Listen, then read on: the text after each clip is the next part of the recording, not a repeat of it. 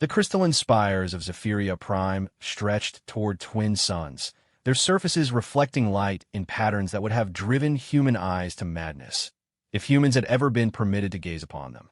High Ascendant Vexthera glided through the sacred chambers of the divine conclave, her translucent form shimmering with the accumulated power of 1,000 conquered worlds. The very air around her bent to her will, molecules dancing in perfect harmony to her thoughts. "The cattle grow restless again," announced Keeper Mordun, his voice resonating through dimensions that lesser species couldn't even perceive. His 6 arms gestured toward a holographic display showing the Outer Rim territories. Red markers indicated sites of recent disturbances. Vexthera's attention focused on the display with the casual interest one might show toward an ant farm. Which heard this time? The bipedal mammals from Sol 3, the ones that call themselves humans. Mordun's pronunciation of the word dripped with disdain. They've been exhibiting unusual behavior patterns, refusing to comply with Collection Protocol Theta 7. A ripple of amusement passed through the assembled descendants. The Divine Conclave had ruled the galaxy for over 50,000 years, their reign absolute and unquestioned. They had evolved beyond the crude limitations of physical matter, becoming beings of pure energy and will. Entire civilizations knelt before their power, offering tribute and worship in exchange for the privilege of continued existence. Humans, Mu's third ascendant Krivar, her form pulsing with calculated patterns of light. Are those the ones with the peculiar obsession with projectile weapons and combustible chemicals? The very same, Mordun confirmed. Our preliminary assessments classified them as a class 4 developing species. Violent tendencies, primitive technology, fragmented social structures. Standard cattle classification. Vexthera's consciousness touched the data stream, absorbing centuries of observations in nanoseconds. The humans were indeed unremarkable, a young species that had barely begun to explore their own solar system. They showed the typical patterns of emerging civilizations, tribal conflicts, resource competition, and a disturbing tendency towards self-destruction. The Conclave had been monitoring them for less than 2 centuries, a blink of an eye in cosmic terms. What form has their defiance taken? Vexthera inquired, though the answer mattered little. Defiance was always temporary. 3 of our collection vessels have failed to return from the Sol system, Mordun reported. The last transmitted fragmentary data suggesting coordinated resistance. The humans appear to have adapted their primitive weapons to target our scout drones. Another wave of amusement passed through the chamber. The idea that any species could pose a threat to the Divine Conclave was laughable. Their collection vessels were crewed by the Velkari, a subjugated species that had served faithfully for millennia. Each ship possessed technology that could sterilize entire continents with a thought. Perhaps the cattle require a demonstration, suggested Krivar. Send a judgment fleet. Glass their primary population centers. The survivors will prove more cooperative. But Vexthera raised a hand, her form brightening with curiosity. In 50,000 years of rule, very few things could still surprise the Divine Conclave. The loss of 3 collection vessels, while ultimately insignificant, represented an anomaly. And anomalies, by their very nature, deserved investigation. No, she decided. Send Inquisitor Zektal. Let him assess this resistance personally. If these humans have developed some new form of foolishness, we should study it before we cleanse it from existence. The order was transmitted across the galaxy in an instant, traveling through quantum relays that connected every corner of Conclave space. Within hours, Inquisitor Zektal was aboard his personal vessel, a ship the size of a small moon that could unmake reality itself with its weaponry. Zektal was old, even by Ascended standards. He had been present at the first culling, when the Conclave had established its dominion over the galaxy. His consciousness had watched 1,000,000 species kneel, had seen entire civilizations reduced to breeding stock and resource providers. The humans would be no different. The journey to Sol took mere days. Zektal's ship emerged from hyperspace at the edge of the system, sensors immediately cataloging the primitive installations scattered throughout. Crude space stations, basic mining operations, and a handful of exploration vessels that barely qualified as technology. The humans had made little progress since the last survey. Inquisitor, reported his aide, a lesser ascendant whose form flickered with nervous energy. were detecting unusual electromagnetic signatures throughout the system. The humans appeared to have modified their infrastructure. Zektal's attention sharpened. Modifications suggested planning, forethought.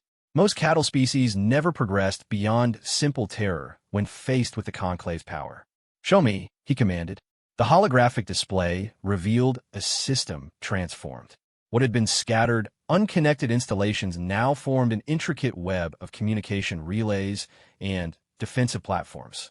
The humans had turned their entire solar system into a fortress, with Earth at its center like a heavily guarded queen on a cosmic chessboard. "Interesting," Zektal murmured. "They've been busy." His ship advanced deeper into the system, and the first attacks began almost immediately. Primitive missiles launched from hidden platforms, their nuclear warheads detonating harmlessly against his vessel's shields. The weapons were laughably ineffective, the equivalent of throwing pebbles at a mountain. But there were so many of them, thousands upon thousands of missiles, launched in coordinated waves from every direction. The humans had turned every asteroid, every station, every piece of space debris into a weapons platform. They were fighting with the desperate fury of a species that knew it faced extinction. "Inquisitor," his aide reported with growing concern, "the humans appear to have established a comprehensive early warning network. Our presence was detected the moment we entered the system." More missiles streaked through space, followed by particle beams and kinetic projectiles. None could penetrate a ship's defenses, but the sheer volume was unexpected. Most species fired a few token shots before surrendering. The humans seemed determined to throw everything they had at him. "Open communications," Zektal commanded. "Let's end this foolishness." The transmission reached Earth within minutes. On the planet's surface, in a reinforced bunker deep beneath what had once been called Geneva, Fleet Admiral Sarachon received the message with grim satisfaction. "They're talking," she announced to the assembled commanders of the United Earth Defense Force. "Right on schedule." The war room fell silent as Zektal's image appeared on the central display. His form was beautiful in an alien way. Flowing energy contained within a roughly humanoid shape, with eyes like captured stars. When he spoke, his voice carried the weight of millennia. "Primitive cattle of Sol 3, he began, his tone carrying casual disdain. "I am Inquisitor Zektal of the Divine Conclave. Your resistance is noted but ultimately futile. Surrender now, and your deaths will be swift." Admiral Chun stepped forward, her weathered face showing no trace of the fear she felt. "I am Fleet Admiral Sarachon of the United Earth Defense Force. We have a counterproposal." Zektal's form pulsed with what might have been amusement. "You would negotiate with a god, cattle? We would negotiate with an alien," Chun replied evenly. "Nothing more, nothing less." The silence that followed was profound. In 50,000 years, no species had ever denied the divinity of the Conclave. The very concept was incomprehensible. "You will learn respect," Zektal said finally. "Watch as I demonstrate the price of defiance." His ship's primary weapon charged, energy patterns that existed outside normal physics coalescing into a beam that could crack continents. The weapon fired, striking Earth's primary orbital defense platform. The platform exploded in brilliant light and immediately began regenerating. Nanoscale repair systems, humanity's latest breakthrough in defensive technology, rebuilt the damaged sections in real time. Within minutes, the platform was fully operational again. Zektal stared at the display in genuine surprise. "Impossible. We've had 200 years to prepare," Admiral Chen said calmly. "We know what you are. We know what you've done to other species. And we know that you're not gods, just older bullies with better technology." The Inquisitor's form flared with rage. "You dare. We dare," Chen interrupted. "Because we've learned something about ourselves during these preparations. Humanity doesn't kneel. We fight. We adapt. We survive. And when something threatens our species, we become very, very dangerous." Zektal's ship fired again, this time targeting Earth directly. The planet's defense grid activated, millions of interceptor missiles and energy weapons converging to stop the attack. The beam was dissipated, scattered across Earth's magnetosphere in a display of lights visible from space. "Ow! Zektal demandif." Chen smiled grimly. "You've been watching us for 2 centuries, but you never really saw us. You saw primitives with crude weapons and violent tendencies. You missed the important parts, our ability to learn, to adapt, to work together when faced with extinction. Every abduction, every probe, every cattle collection taught us more about your technology. The truth hit Zektal like a physical blow. The humans hadn't been helpless cattle. They'd been studying their captors. Every encounter with Conclave technology had been a learning experience, a chance to understand and ultimately overcome their enemies. "You've reverse-engineered our technology," he said, his voice filled with dawning horror. "Improved it," Chen corrected. "Human engineering has always been about making things work better, faster, more efficiently. Your technology was impressive, but it was also 10,000 years old. Stagnant, complacent. We took your designs and made them better." Zektal's ship shuddered as Earth's orbital weapons opened fire. The energy beams that struck his vessel were based on Conclave technology, but refined and enhanced by human ingenuity. His shields flickered under the assault. "Impossible," he whispered. "We are gods. We are eternal. We cannot be. You're not gods," Admiral Chen said quietly.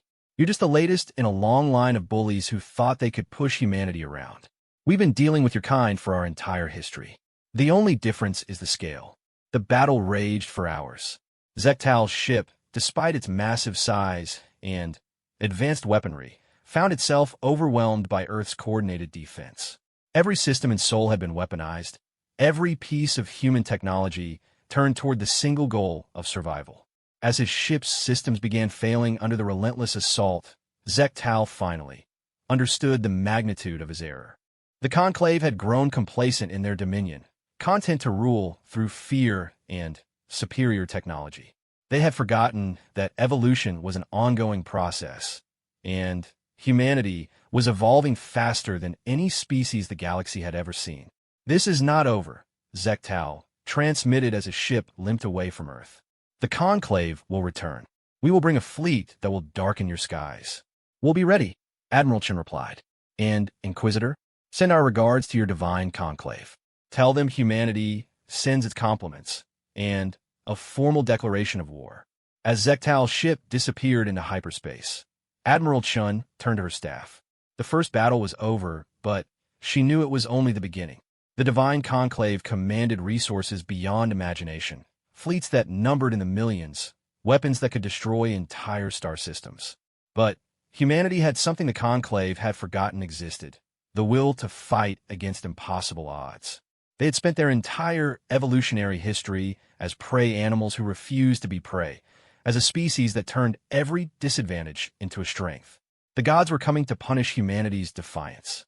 They would find a species ready to teach them that evolution was the ultimate weapon, and that sometimes the prey becomes the predator. The message was already spreading through human space. Prepare for war.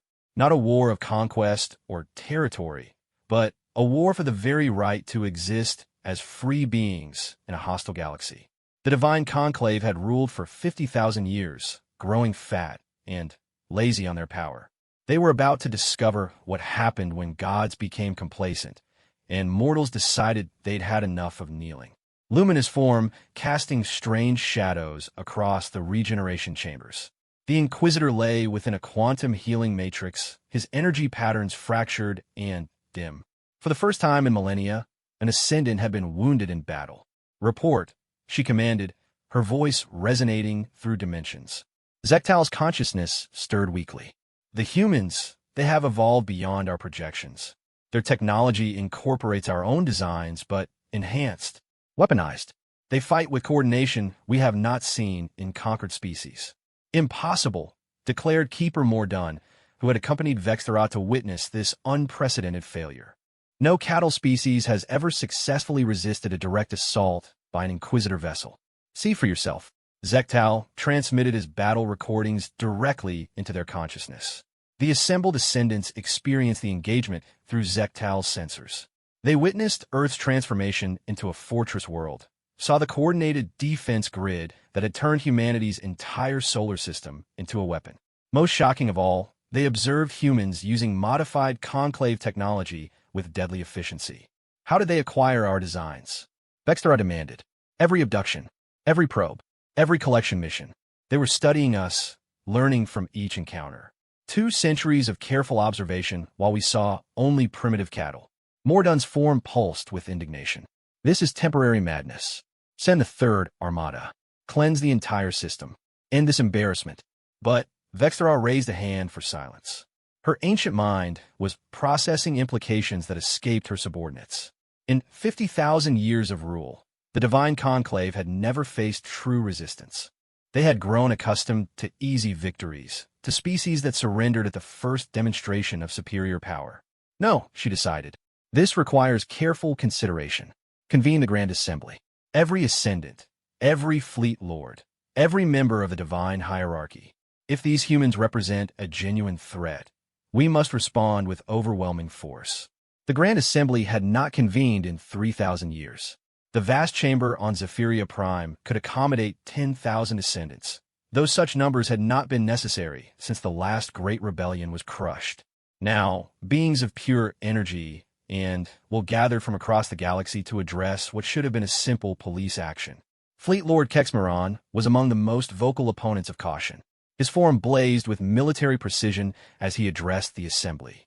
High Ascendant, with respect, we dignify these cattle by even discussing them. One full armada, properly deployed, could sterilize their entire system within hours. And if that armada suffers the same fate as Inquisitor Zektal's vessel, Vexthera countered, what then becomes of our reputation among the conquered species? The question sent ripples of unease through the gathered ascendants. Their empire was built on fear and the illusion of invincibility. If word spread the humans had successfully resisted the conclave, other species might begin to question their own subjugation. The humans have had 200 years to prepare, reported Intelligence Coordinator Hexthal. Our analysis indicates they have militarized their entire civilization. Every human colony, every mining operation, every research station has been converted into a defensive position. Show us the data, Vexthera commanded. The holographic display that materialized was sobering. Humanity's expansion throughout their local star systems had followed a pattern that seemed random to casual observation, but now revealed itself as a carefully planned defensive network. Each colony was positioned to provide mutual support, connected by quantum communication arrays that allowed instantaneous coordination across vast distances. They created redundancy at every level, Hexthal continued. Their military doctrine assumes that any single position might be destroyed, so they've ensured that losing one base strengthens the others. Traditional siege tactics become counterproductive. Ascendant Yulvarin, whose specialization was xenopsychology, projected her analysis. The humans display a psychological profile unlike any species in our records. Most conquered civilizations show hierarchical submission patterns, defeat their leaders, and the population surrenders. Humans demonstrate collective resistance behavior. Destroying their command structure only activates backup leadership at every level. You speak of cattle as though they were our equals, Fleet Lord Kexmaron protested. No amount of preparation can overcome the fundamental superiority of ascendant consciousness. Perhaps, Vexthera mused, but these humans have demonstrated an unsettling ability to adapt. What else might they have learned during their centuries of observation? The answer came sooner than expected. Long-range sensors detected massive energy signatures throughout human space. Analysis revealed that humanity was no longer confined to their original star system. In the months since Zektal's defeat, they had launched a massive expansion program, establishing forward bases in dozens of systems along the galaxy's outer rim. Impossible brevet de Mordai. Faster-than-light travel requires quantum resonance crystals. Only we possess the technology to create them. Apparently not, Vexthera observed grimly. Display the expansion patterns. The hologram showed humanity's new territories spreading like wildfire across previously empty space. Their expansion wasn't random. Each new system was chosen for its strategic value, creating supply lines and defensive positions that would allow them to project power throughout the galaxy's outer reaches. They're building an empire, realized Ascendant Krivar, not just defending their homeworld, but actively expanding their territory. And recruiting, added Intelligence Coordinator Hexthal. Intercepts suggest they're making contact with other species in their region, former cattle populations that we had written off as insignificant. The implications hit the assembly like a physical blow. For 50 millennia, the Divine Conclave had maintained order through careful management of their subject species. primitive civilizations were kept isolated from each other, prevented from developing the alliances that might threaten ascended supremacy. The Korthak mining consortium Hexthul continued. The Velkari manufacturing worlds, the Zethran agricultural collectives, all have gone silent within the past standard month. No response to our communications, no tribute shipments, no acknowledgement of our authority. Rebellion, snarled Fleet Lord Kexmaron. The cattle smell weakness and think to challenge their betters. But Vexthara was beginning to understand the true scope of humanity's strategy. Not rebellion, revolution. The humans aren't just fighting for their own freedom. They're offering it to every enslaved species in the galaxy.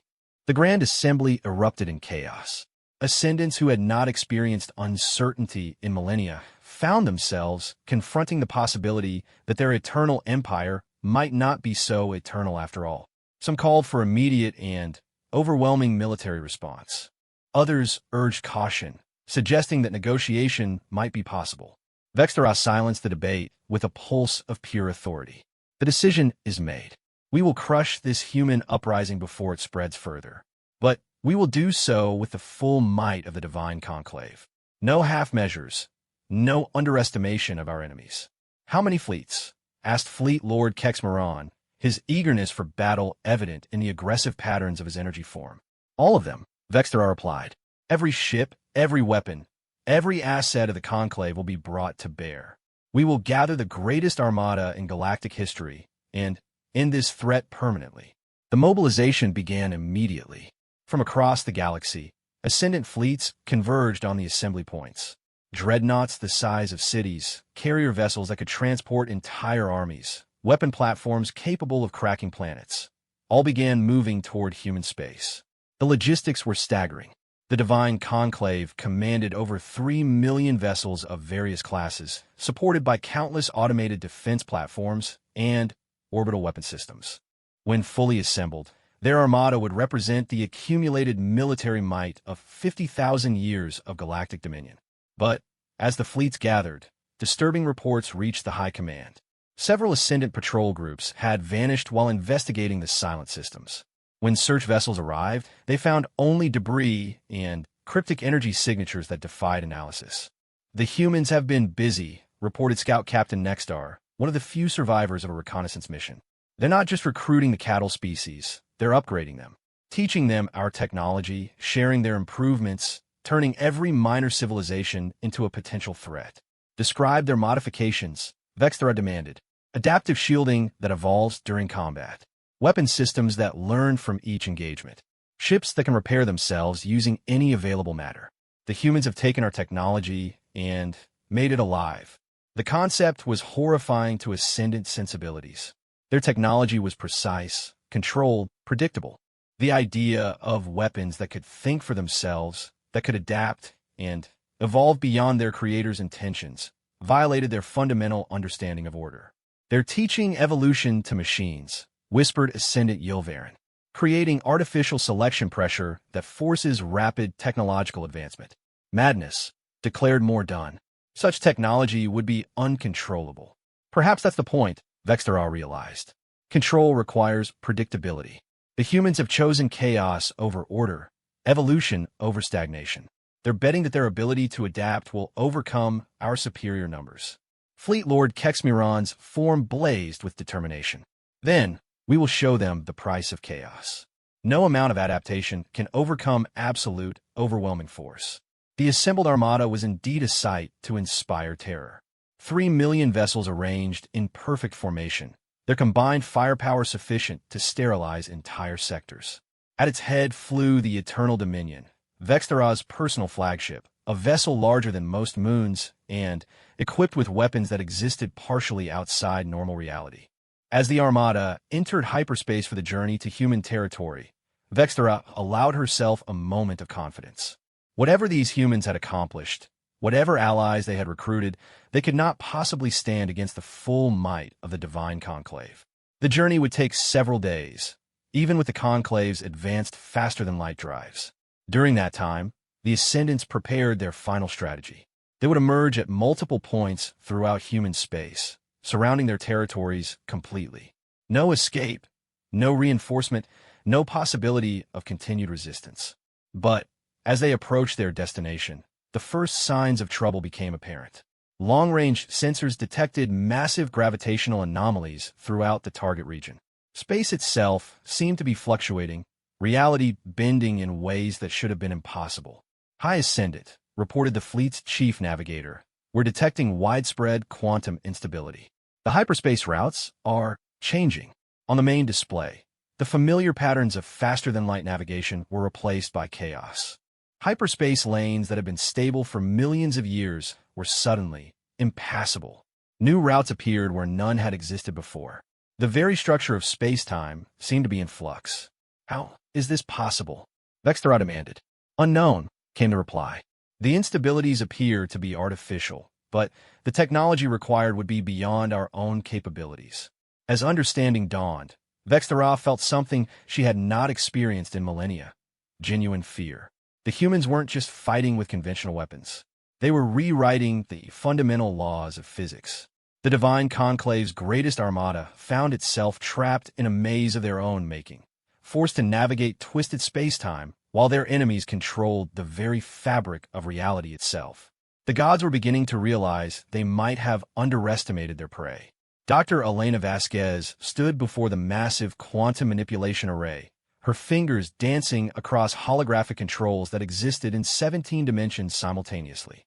Around her, the combined scientific minds of 30 former slave species worked in perfect harmony, their diverse forms of intelligence focused on a single impossible goal: rewriting reality itself. Gravitational flux holding steady, reported Zektar, a former Valkyrie engineer whose 4 arms moved in precise coordination. The hyperspace distortions are maintaining coherence across 47 star systems. Temporal synchronization is stable, added Dr. Chenwei, Elena's former colleague from Earth's Deep Space Research Initiative. The Conclave fleet is experiencing approximately 7 hours of travel time for every hour of real space passage. Elena nodded, her attention split between a dozen different quantum calculations. The Prometheus project had been humanity's most ambitious undertaking, a theoretical framework that most scientists had considered fantasy until they'd gained access to Conclave technology. Now, with the combined intellectual resources of multiple species, they were proving that the impossible was merely improbable. Status report from the Alpha Sector, she called out. Commander Sarah Rodriguez materialized as a hologram. Her image transmitted from the bridge of humanity's newest capital ship, the UEDS Defiance. Behind her, Elena could see the controlled chaos of a command center during wartime. The Conclave's Third Fleet attempted to breach the distortion field at grid reference 7 Alpha, Rodriguez reported. They've been redirected through a temporal loop. By the time they reach their intended destination, the war will either be over or we'll have had 3 more months to prepare. Elena allowed herself a brief smile. The concept was elegant in its simplicity. If you couldn't win a fight against superior numbers, change the rules of engagement. Humanity had learned that the universe was far more malleable than their enemies believed. What's the status of the liberation fleets? Elena asked. Advancing on schedule, Rodriguez replied. The Korthak mining worlds have been completely evacuated. We're relocating their entire population to the sanctuary systems, along with every piece of industrial equipment they could carry. The Zethrans are ready to begin Phase 2 of the agricultural revolution. The liberation fleets represented humanity's most radical strategic innovation. Instead of simply fighting the Divine Conclave, they were systematically dismantling the Empire from within. Every slave species was offered a choice: freedom and relocation to protected space, or continued subjugation under increasingly weakened Ascendant rule. Most chose freedom. Incoming transmission from the Valkyrie Collective, announced Lieutenant Zhang from the communication station. Admiral Tekvash reports successful completion of Operation Midnight. Elena's smile widened. Operation Midnight had been among their most audacious plans. The liberation of the Valkyrie homeworld and the capture of the primary Ascendant shipyard facilities. The Valkyrie, despite centuries of subjugation, had maintained detailed records of every Conclave vessel they had built. Display the tactical update, she requested. The holographic display showed the current state of the war, and the picture was encouraging beyond Elena's most optimistic projections. Across the galaxy, The Divine Conclave's empire was hemorrhaging systems as species after species joined a rebellion. More importantly, each new ally brought unique knowledge and capabilities that strengthened the overall resistance. The Korthak had provided industrial capacity that allowed mass production of advanced weapons. The Zethrans contributed biological expertise that led to self-repairing ship hulls and adaptive life support systems. The Yilmari offered computational abilities that enhanced every piece of human technology they touched. But it was the Velkari who had proven most valuable. Their intimate knowledge of Ascendant technology, combined with humanity's talent for innovation, had produced weapons that the Conclave never saw coming. The Eternal Dominion has been located, Rodriguez announced, her tone turning serious. Long-range sensors confirm High Ascendant Vexthera is aboard. The flagship is attempting to navigate the distortion field toward Earth. Elena's expression hardened. The Eternal Dominion was more than just a ship.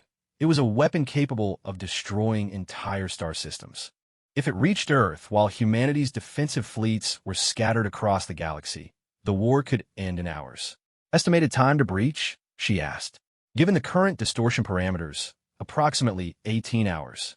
However, that assumes they don't find a way to counter our quantum manipulations. Elena turned to her team of researchers. Options. We could increase the temporal differential, suggested Dr. Yilvarin, the former Ascendant xenopsychologist who had defected after witnessing humanity's approach to warfare. Her energy form flickered with calculations. Trap them in a closed time loop. That would require enormous energy expenditure, pointed out Zektar. We might drain the power reserves needed for the final phase of the liberation. Alternative suggestion, interjected Dr. Mikhail Petrov from Earth's Quantum Warfare Division. We let them through. The room fell silent. Elena stared at her colleague in disbelief. Explain. The Eternal Dominion represents roughly 15% of the Conclave's total firepower, Petrov continued calmly. If we can neutralize it here, in our prepared battle space, we eliminate their most powerful asset while demonstrating to every species in the galaxy that the Ascendants can be defeated. Elena considered the proposal. It was risky beyond measure, but the potential payoff was enormous. A single decisive victory against the Conclave's flagship would shatter the psychological foundation of their empire. What would we need? She asked. Everything, Petrov replied simply.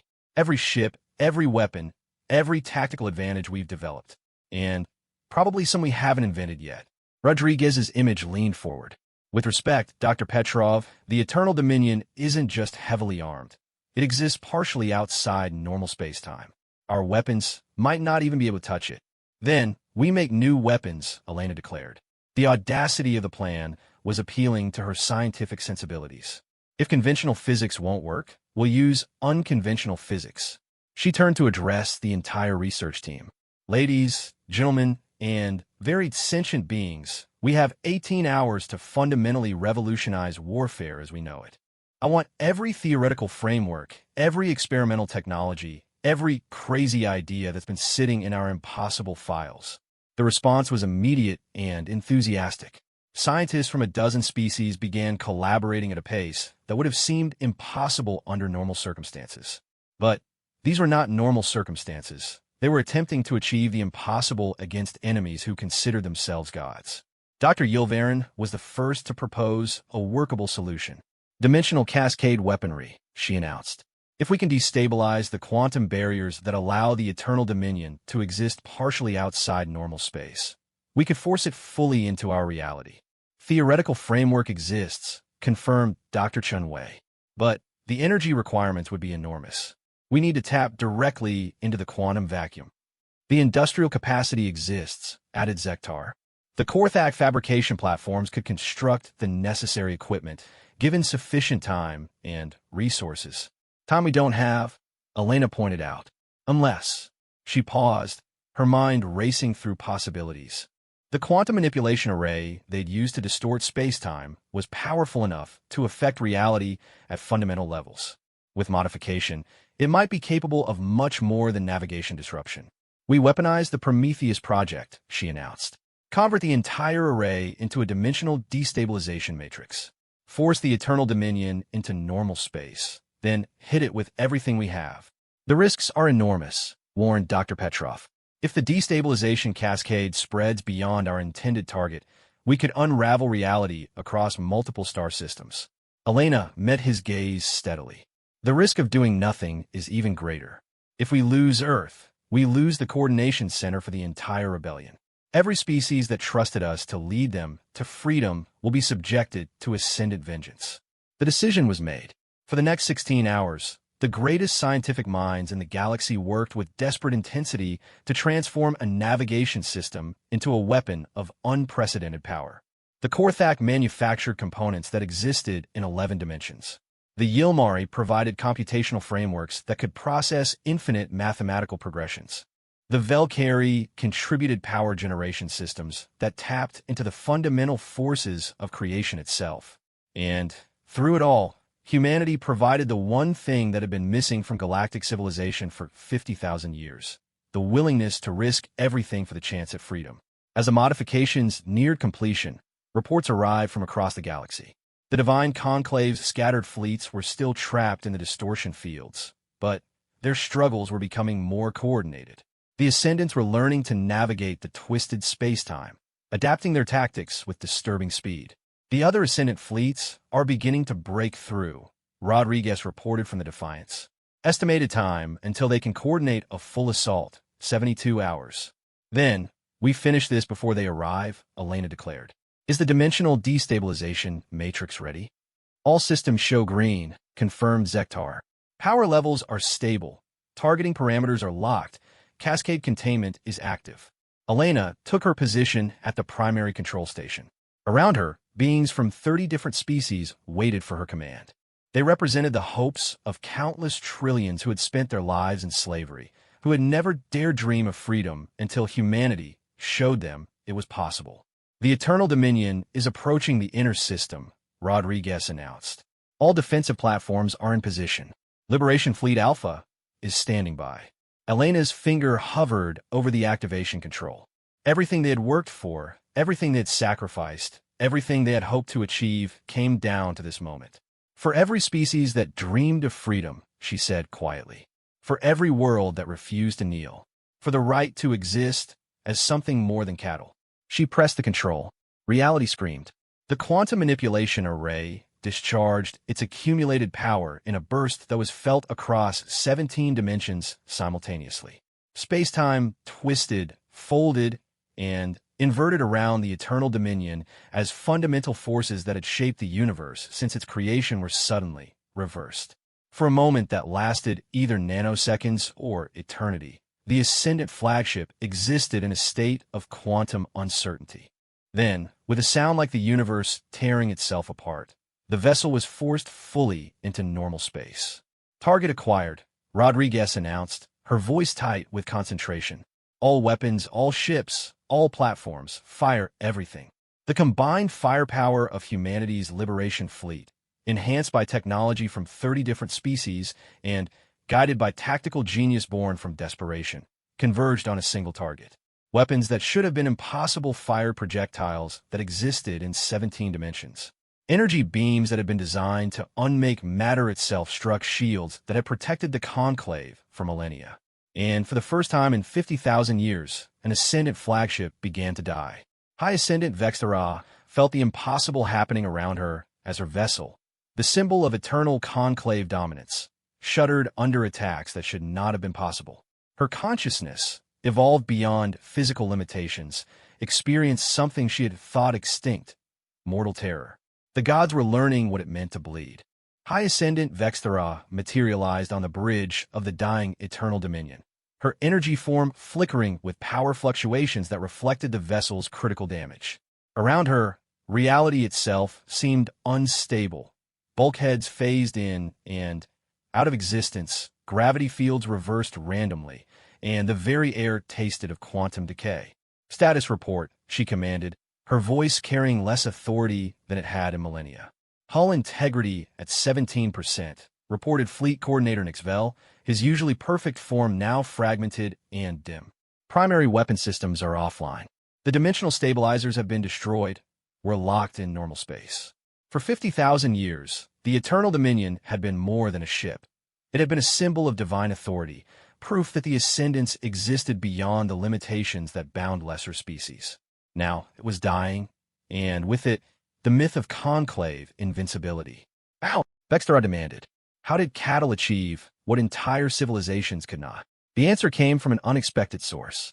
Admiral Sarah Chun appeared as a hologram on the bridge, her image transmitted from the UEDS Defiance. Behind her, the command center bustled with activity as humanity coordinated the most ambitious military operation in galactic history. Because we never accepted that gods were real, Chun said simply. You've been telling yourselves you're divine for so long that you forgot you're just another species with better technology.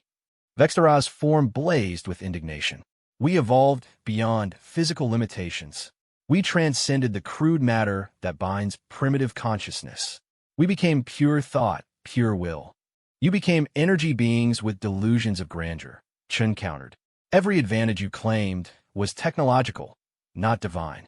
And technology can be understood, improved upon, and ultimately surpassed. The truth of those words was evident throughout the Eternal Dominion's bridge. Ascendant crew members, beings who had considered themselves immortal, were discovering they could be hurt, could be diminished, could die.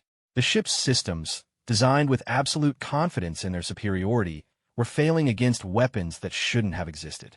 Even if you destroy my vessel, Vexera said, struggling to maintain her composure, the other fleets will arrive soon. 3 million ships cannot be defeated by your primitive alliance. Chen's expression didn't change. You're right that your other fleets will arrive. In about 40 minutes, according to our calculations. But you're wrong about our capabilities. She gestured, and the hologram expanded to show the current state of the galactic war. What Vexera saw defied comprehension. Across the galaxy, system after system was reporting successful liberation. The careful network of control that had maintained ascendant dominance for millennia was collapsing at exponential speed. Impossible Vexera breted. Even with the stolen technology, you lack the numbers. We don't need numbers, Chen interrupted. We have something you've never understood. Willing cooperation between truly equal partners. Every species you subjugated retained their unique capabilities. You just never bothered to recognize their potential. The holographic display shifted to show the true scope of the rebellion. The Yilmari computational abilities had created tactical planning systems that could coordinate millions of simultaneous operations. The Korthak industrial capacity was producing new ships faster than the Conclave could destroy them.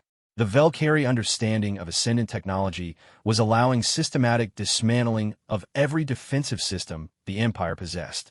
And connecting it all was humanity's greatest contribution, the absolute refusal to accept that any challenge was impossible. Your empire was built on fear and isolation, Chun continued. You kept your subject species separate, prevented them from communicating, made sure they never learned they weren't alone in their suffering. But once we started talking to each other, everything changed. Vexera's attention was drawn to tactical displays showing the Conclave's other fleets struggling through the distorted space-time fields. They were making progress, but slowly, and their coordination was deteriorating as quantum interference disrupted their command networks. The temporal distortions won't hold forever, she pointed out. When our fleets arrive, your rebellion ends. Actually, Chun said, checking a chronometer, in 37 minutes, your empire ends. The declaration was so audacious that Vexera initially dismissed it as primitive bravado. But as she studied the tactical displays more carefully, patterns began emerging that filled her with growing dread. Every Ascendant fleet that had broken through the distortion fields was being met by overwhelming force. Not just human ships, but combined fleets representing dozens of species working in perfect coordination. The Conclave's technological advantages were being systematically neutralized by enemies who understood their weaknesses better than they understood themselves. The Velkari built your ships, Chen explained, apparently reading Vexera's confusion.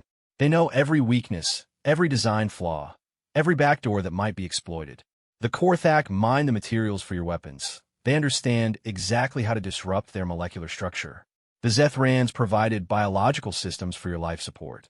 They know how to turn those systems against you. The High Ascendant's form flickered as understanding dawned. You turned our own infrastructure against us. We turned your slaves into free beings who remembered everything you thought you'd made them forget, Chen corrected. 50,000 years of accumulated knowledge, waiting for someone to give them hope that freedom was possible. Another explosion rocked the Eternal Dominion as Earth's defensive platforms concentrated their fire on the failing vessel. Through the viewports, Vexthera could see the Liberation Fleet, hundreds of ships representing dozens of species, united by shared purpose rather than domination. "What do you want?" Vexthera asked finally. "Terms of surrender? Tributary status? We could arrange a negotiated settlement. We want you to kneel," Chen said quietly. The simple statement struck Vexthera like a physical blow. In 50 millennia of rule, no ascendant had ever knelt to another being. The very concept was antithetical to their nature as the universe's supreme life forms. "Never," she snarled. "We are eternal." "You're finished," Chen interrupted. "Look at your displays." "Really look." Vexthera turned her attention to the strategic overview, and what she saw there completed her transformation from supreme ruler to desperate survivor. The Divine Conclave's empire was collapsing faster than physics should have allowed. System after system reported the same pattern. Liberation fleets arriving with overwhelming force, immediate emancipation of slave populations, and rapid integration into the growing alliance. But more than territory was being lost. The fundamental basis of ascendant power, the belief that they were the galaxy's rightful rulers, was being challenged by every successful liberation. Species that had never dreamed of resistance were suddenly fighting with desperate courage because they had finally been shown that their oppressors were vulnerable. "This is how empires die," Chen observed, watching the real-time collapse. Not in single great battles, but in the accumulated weight of subjects who realize their masters are only mortal after all. The Eternal Dominion shuddered as another series of explosions ripped through its superstructure. Warning displays showed critical failures cascading through every system. The vessel that had been the symbol of ascendant supremacy was minutes away from complete destruction. "Evacuation pods are ready," reported Fleet Coordinator Nixvel. "High Ascendant, we must abandon ship." But Vexthera found herself paralyzed by the magnitude of her defeat. How could beings of pure energy and will evolved beyond physical limitations be reduced to fleeing like common refugees? How could the natural order of the universe be so completely overturned? The answer came from her own memories. 50,000 years of casual cruelty, of treating sentient beings as resources to be exploited, of assuming that power alone justified dominance. The Divine Conclave had grown complacent in their supremacy, never considering that their victims might retain the capacity for growth, for learning, for eventual resistance. "High Ascendant," Nixvel's voice carried desperate urgency. "The ship is breaking apart." Vexthera looked around the bridge one final time, seeing not the command center of galactic supremacy, but the tomb of an empire built on the assumption that cruelty could be eternal. With a gesture, she activated the evacuation protocols. "All hands abandon ship," she transmitted. "The Eternal Dominion is lost." The escape pods launched just as the mighty vessel's quantum containment systems failed. The explosion was visible across 17 star systems, a brilliant flare that marked the end of the most powerful symbol of ascendant authority. But even as she fled the destruction of her flagship, Vexthera could see the larger battle continuing around Earth. The remaining Conclave fleets were arriving in real space, their formations immediately engaging the Liberation Alliance. The scale was staggering. Millions of vessels locked in combat across the entire solar system. And humanity's allies were winning. The coordination was unlike anything the galaxy had ever seen.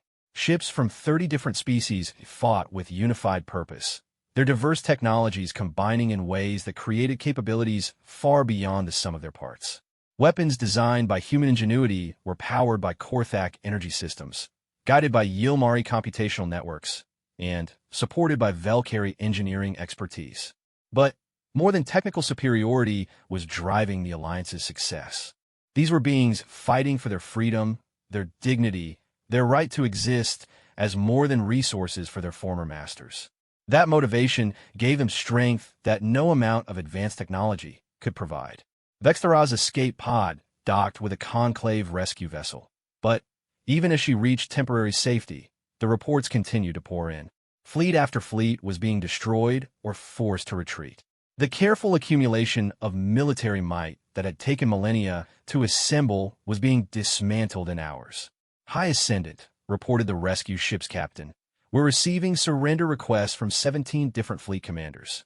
They're requesting permission to negotiate with the Liberation Alliance. The words hit Vexthera like physical blows. Her own fleet commanders, being she had considered absolutely loyal, were abandoning the cause rather than face certain destruction. Denied, she said reflexively, then paused as the implications sank in. How could she deny permission that she no longer had the authority to grant? Admiral Chen's voice reached them through an open communication channel. Attention all Conclave forces. This is Admiral Sarah Chun of the United Earth Defense Force, speaking on behalf of the Liberation Alliance. You have 30 minutes to surrender unconditionally. After that time, we will consider any remaining resistance acts of genocide against free beings. The ultimatum was broadcast across every frequency, translated into thousands of languages, transmitted to every corner of what had once been the Divine Conclave's empire. It was not a request for negotiation, but a statement of accomplished fact. The empire was over. Vexthera watched her displays as fleet after fleet accepted the surrender terms. Beings who had ruled through fear for 50,000 years were discovering that they too could experience terror when faced with extinction. What happens to us? Asked Fleet Coordinator Nixvel. Vexthera considered the question. What had happened to former gods when their divinity was proven false? What fate awaited beings who had spent millennia treating other species as cattle? The answer came sooner than expected. Admiral Chen's image appeared on their communication screen, her expression neither triumphant nor cruel, simply matter of fact. High Ascendant Vexthera, she began, you are hereby charged with crimes against sentience on a galactic scale. You will be transported to the New Geneva Tribunal, where you will face judgment by representatives of every species you've enslaved. We demand the right of appeal to higher authority, Vexthera said reflexively. Chen's expression didn't change. There is no higher authority. That's the point we've been trying to make. As Vexthera was transferred to a prison transport, she caught one final glimpse of Earth through a viewport. The blue world where humanity had evolved was now the capital of a new kind of galactic civilization, one built on cooperation rather than domination, on freedom rather than fear. The gods had fallen. The age of mortals had begun. And across the galaxy for the first time in 50,000 years, countless species looked up at the stars and saw not masters, but equals among the cosmic community of free beings. The universe would never be the same.